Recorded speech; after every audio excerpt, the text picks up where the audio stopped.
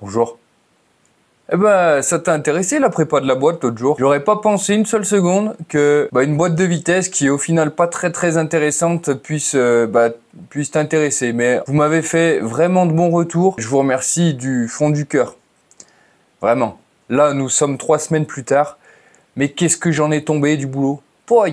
Tu peux pas savoir. Tu peux pas savoir. C'est là, maintenant, tout de suite, que tu vas voir la prépa esthétique de la Corrado VR6. Parce que bon, sans vouloir se cacher les choses, toi et moi, tu sais que maintenant on est intime, on se cache plus rien. Une Corrado d'origine, tu seras d'accord avec moi que ça tire un petit peu la gueule. Une hauteur de caisse mais parfaite pour faire du franchissement. Des jantes, mais qui feraient débander un god. Je bande plus. Bon.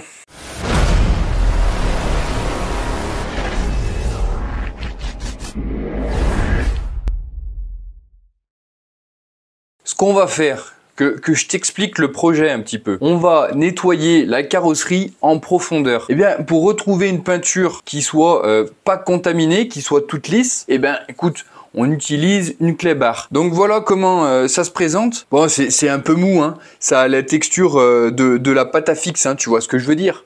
Bon, pour frotter ta carrosserie, eh ben, il faut que tu utilises un lubrifiant qui va avec. Donc ça s'appelle le Quick Detailleur. J'avais la bouteille. Je l'ai cherché et je l'ai pas trouvé. Je sais pas ce que j'en ai branlé. Faut peut-être qu'un jour je range le garage, ça m'aiderait peut-être à retrouver certaines choses. Donc tu vaporises ton Quick Detailleur, tu as juste à frotter encore et encore jusqu'à que tu obtiennes une peinture bien lisse. Bon, tu vas pas faire revenir un vernis qui est terni, hein. On est d'accord.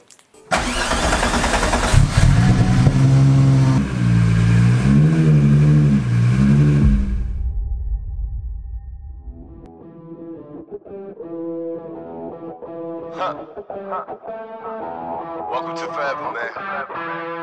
Let's go. Come on. This forever. No surrender. Yeah. You know that this right here forever. And there will be no surrender. Now allow me to reintroduce myself. They call me J.O.N. to the easy E-N. Know that we undefeated. Y'all are beneath them speeches trying to air a grievance. But his lines are overhead. Better check the air for clearance. Call the tower. This is ours. Clear the heat. The air apparent. Really, I've never been better. Legacy, this is forever. All the more times I've been severed. I'm raising the bar. You can go ahead and measure. Think about time for a toast. Time that we welcome to go.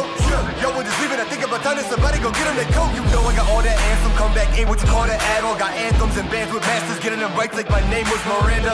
I ain't bigger dead than alive. I ain't bigger dead than alive. One more time. This is forever. Remember the legend. He never gon' die. Yeah. I ain't bigger dead than alive. Bigger dead than alive. I ain't bigger dead than alive. Dead than alive. Yeah.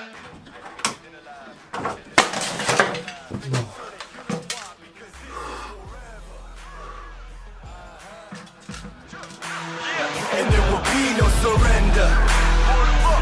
Yeah. Come on, here we go. You know that this right here forever. No surrender. It's forever. You know this right here forever. No surrender. It's forever. You know this right here forever. I am just leaving a legacy. I am the one that they paid to see. Got something to say to me, say. You know I've been waiting so patiently. This is my legacy. Y'all don't believe me, then wait and see. Basically, I have been running things. You can just go on and take a seat. Bon ben, c'est prêt, hein, c'est démonté. Moi, personnellement, je te cache pas que ça me fait un petit peu peur. Tu vois, pour te dire, j'ai déjà collé des gommettes en grande section. J'ai déjà collé un kit déco sur un 350 Banshee, par exemple. Mais alors, j'ai jamais posé un total covering. Total covering, ça veut dire c'est la voiture complète. Et pour tout avouer, la sérénité, elle est morte. Là, il y en a pas. Je suis à 2 doigts de lâcher une pièce de 2 au fond du calbut. Mais bon, tu sais, dans la vie, faut pas chercher à réussir. Faut surtout chercher à progresser. Même si tu fais de la merde. Comment se rassurer? Pour le covering, j'ai choisi un covering blanc brillant qui va servir de base à la déco finale. Donc c'est un covering qu'ils appellent 3D. Ça veut dire qu'il est thermoformable. Donc c'est bien pratique hein, quand même et c'est même obligatoire. Tu poses ton film sur ta pièce, tu viens chauffer ton covering, ton film, et tu viens l'appliquer par la suite. Et normalement, il épouse parfaitement les formes de ta carrosserie. Après, faut pas trop appuyer avec ta maroufle ou tes doigts parce que sinon tu vas faire ressortir les stries de la colle. C'est une colle Airflow, yes. Parce que oui, effectivement, la colle qui est déposée sur le film, c'est une colle qui est étudiée. Elle est déposée d'une façon à créer des stries pour laisser s'échapper l'air. Et je trouve aussi que ça facilite le repositionnement du film. C'est impeccable. Pour réaliser la voiture complète, j'ai pris 23 mètres carrés de film. Alors, j'ai essayé, hein. J'ai acheté un film à 300 €, hein, les 23 mètres carrés. Laisse tomber tout de suite. Une peau d'orange incroyable. Ça en aurait fait loucher un cyclope. Puis, j'allais pas coller une déco sur un covering de piètre qualité. Ça se conçoit quand même. Donc, j'ai dépensé 500 € de plus. Ah bah, le prix du mètre carré m'en est revenu plus cher que le prix du mètre carré en plein Paris. Donc, 800 € pour 23 mètres carrés. Alors déjà que j'étais pas serein, mais là il va pas falloir se louper. Donc j'ai commencé à m'entraîner sur la trappe à essence. Au bout de la 3e fois, le résultat était satisfaisant. Je me suis lancé dans le total covering. C'est pas évident, hein.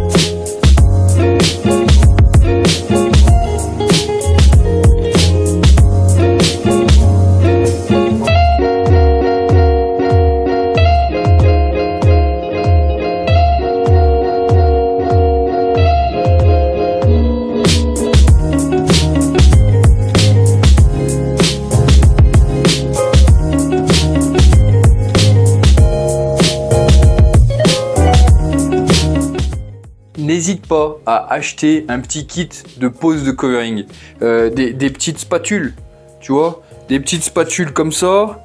Là j'ai une petite spatule, tu vois, ça, regarde, ça c'est bien ça.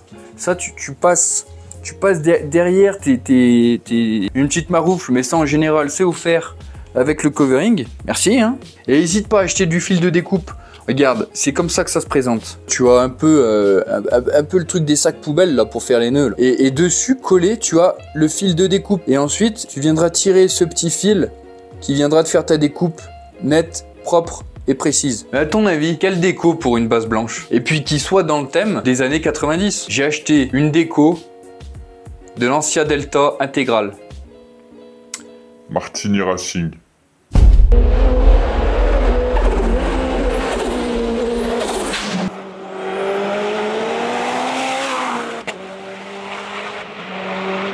Que j'avais déjà fait cette déco tout en peinture sur une BMW K100 que j'avais montée en café racer. Pour moi, ces couleurs sont magnifiques. Donc, ce que j'ai fait, j'ai acheté par contre une vraie déco Martini Racing de Lancia Delta intégrale pour voir si c'était possible. Parce que j'ai pris la déco qui va de la roue avant, qui fait un pont jusqu'à la roue arrière. J'ai comparé avec l'empattement, donc la distance entre les deux axes de roue. On a 3 cm entre la Corrado et la Lancia Delta intégrale. Je me suis dit, du coup, ça pouvait passer. Donc j'ai acheté. De toute façon, tu le sais, on n'est pas à 3 cm près.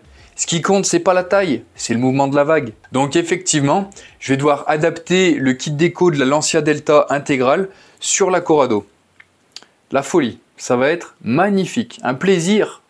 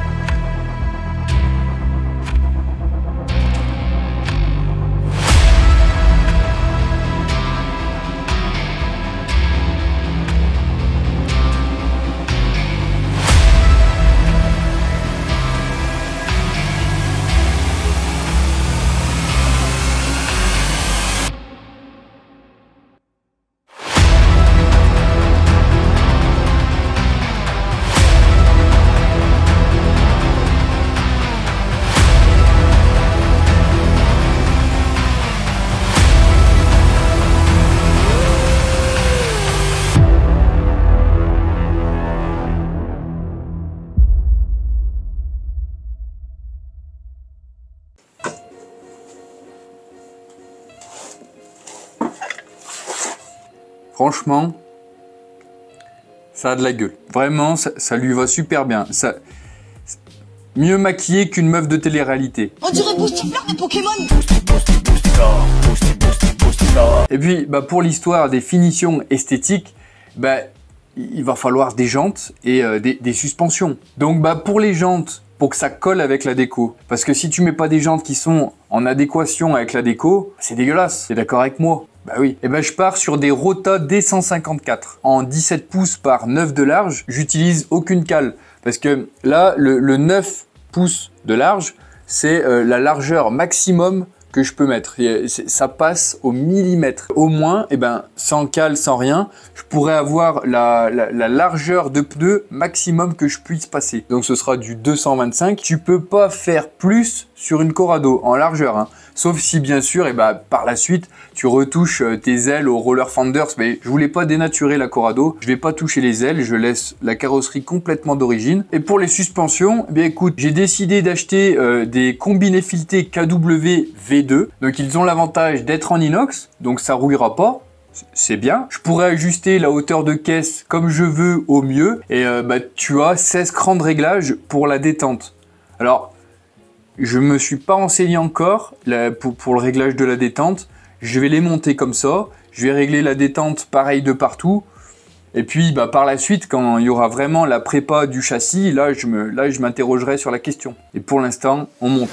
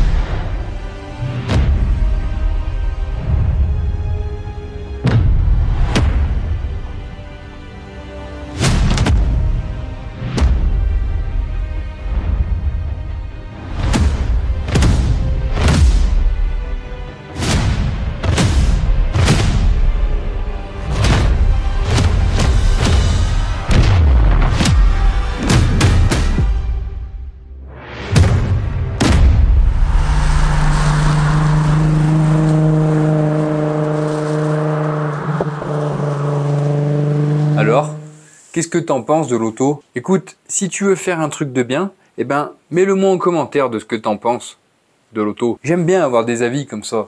C'est super. Pour le coup, j'ai pu faire quelques petits tours sur nos routes avec la déco Martini. Agréablement surpris. Des motards qui me font signe. Mais pas qu'un groupe, hein. Différents motards, n'importe où, ils me font signe. Ah je suis la famille, je fais partie de la famille. Mais le pire, c'est pas ça.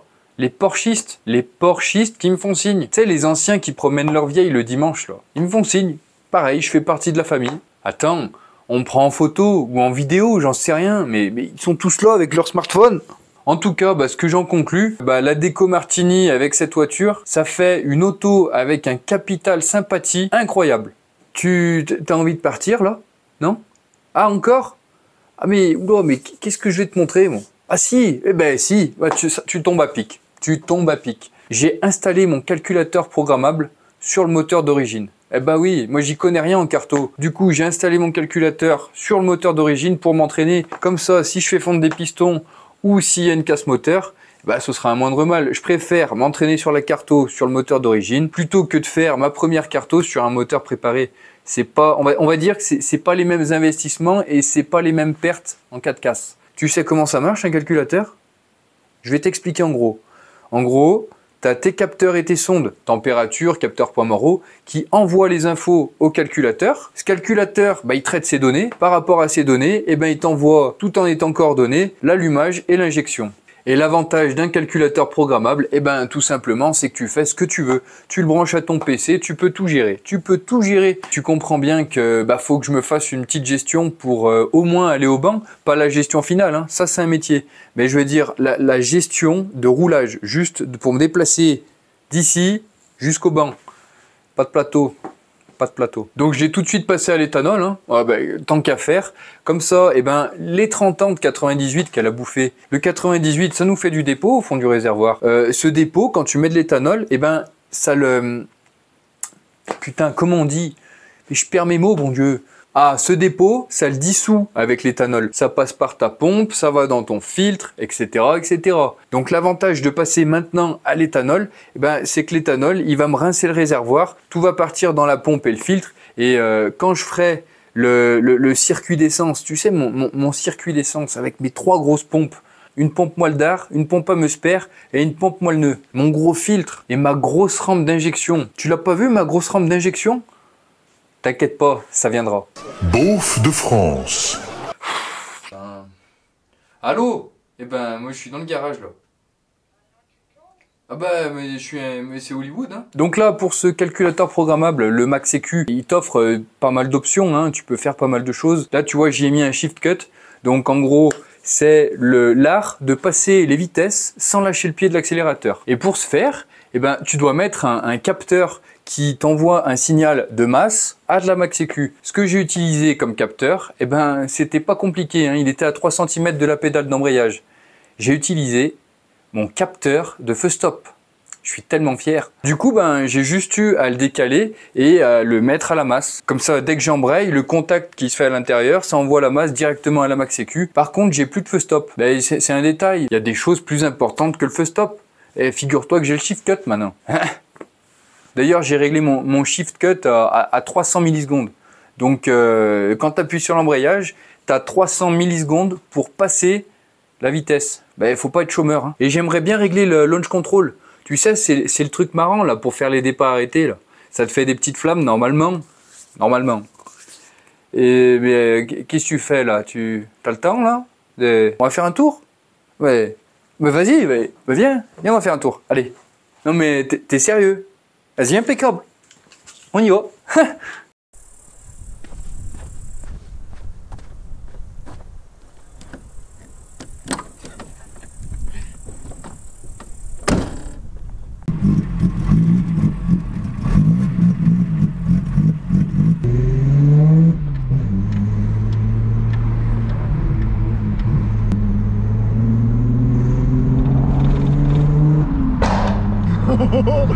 Oh le coup de fusil.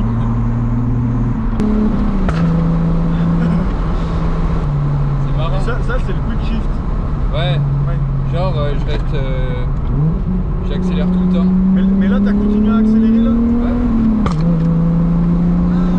Ouais. Tu lâches pas ton pied de l'accélérateur. Mais ça en ville... Alors là... c'est mort. Faut que je l'enlève. Parce que ça te le fait devant les flics. T'es malin. Ah bah là... T'imagines après ce sera juste avec le combo. Ah ouais, putain, pas. Ah c'est vraiment un truc de débile. Ouais. Oh putain. Et le problème c'est que t'as toujours envie d'en faire. Ah bah... Ouais mais forcément. Tu fais que passer les rapports. Ouais.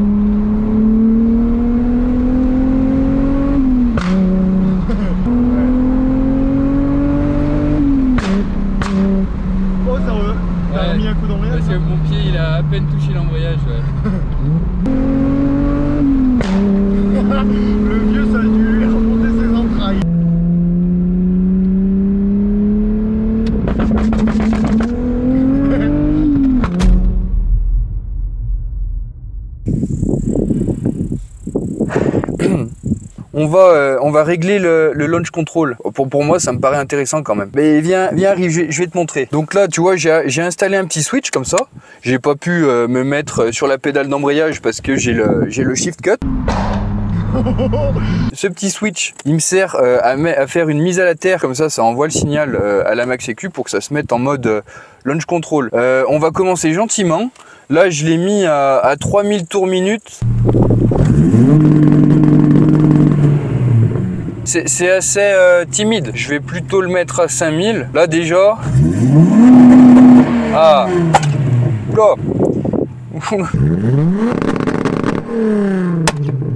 5000 c'est bien gentil, mais bon, il n'y a pas ce petit truc en plus qui fait que ça fait waouh, tu vois. Donc ce qu'on va faire, ah voilà, ignition retard, ah, je parle bien anglais, ignition retard, on va mettre du 10%, non 10 degrés pardon. Normalement ça devrait péter un peu. Ça pète pas. On va mettre moins 20. Bon. Bah déjà ça me plaît mieux là, tu vois.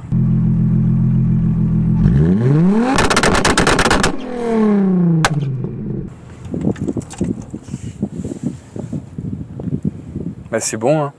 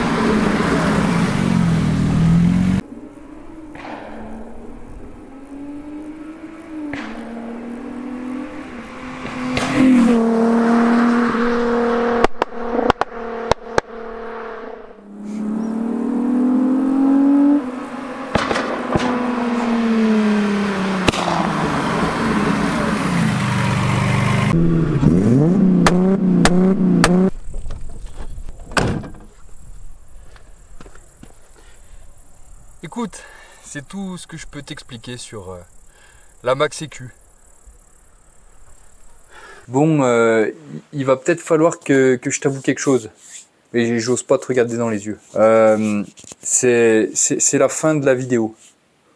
Bah ouais, mais qu'est-ce que tu veux? Mais faut que j'avance. Moi, tu me prends tout mon temps. Tu me prends tout mon temps. Qu'est-ce que tu veux que je te dise? Écoute, on va faire ça à l'amiable. On va pas s'engueuler, c'est bon. C'est pas parce qu'on est intime qu'on s'engueule maintenant. Hein. On se retrouve dans 3 semaines ici même pour reprendre la mécanique du coup. Ah ben enfin, moi j'en ai marre de coller des gommettes, hein. C'est bon. Hein. Et qui dit grosse mécanique, et dit grosse pièce. Hein. Là, ça va envoyer. Ça va être magnifique. Écoute, je te fais plein de bisous. Je te dis au revoir. Tu passeras le boulot. Ouais, nom de Dieu. T'hésiteras pas à passer le bonjour à toute ta petite famille. Allez, sur ce, moi je vais me coucher. Il est tard.